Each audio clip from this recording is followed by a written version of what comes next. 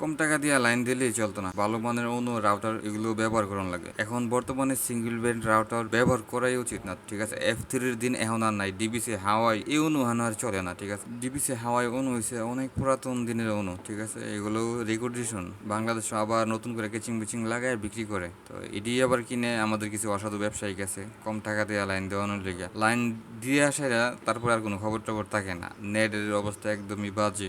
আর আপনারা যারা আছেন গ্রাহক, আপনার মাল আপনি বুঝে নেবেন কোনটা কত টাকা দাম আছে, সেটা আপনি জেনে তারপরে নেন, ঠিক আছে। যেহেতু আপনি ভাবছেন ওয়াইফাই চালাবেন, তাহলে ভালো মানের রাউটার অনু নেওয়ার চেষ্টা করেন। কম দামি রাউটার দিয়েও যে ওয়াইফাই চলবে না তা কোনো কথা না, চলবো কিন্তু অনেক স্লো। একটি কম দামি রাউটার সর্বোচ্চ 25 MB 30 MBps টানতে পারে, এও আপডেট মডেলটা। আর যদি গিগাওয়াট ভালো মানের রাউটারও, তাইলে প্রতি সেকেন্ডে 100 MB বা তারও বেশি টানে। তো আপনি এটা চিন্তা করেন, কম টাকা লাগাবেন না বেশি টাকা লাগাবেন, আপনার ব্যক্তিগত বিষয়। পরে এসে বলে যে ভাই লাইন একদমই স্লো, কাজ করে না, 4-5 জন চালান যায় না। আর ভাই আপলোড স্পিড ডাউনলোড স্পিড একটা রাউটারের তো ক্ষমতা থাকতেই অন্তত পক্ষ থেকে, কারণ টেনডা যে রাউটারগুলো আছে এগুলো খুবই নিম্নমানের চিপসেট ব্যবহার করা হয়, ঠিক আছে। এটা অনেক আগের মডেলের একটা রাউটার।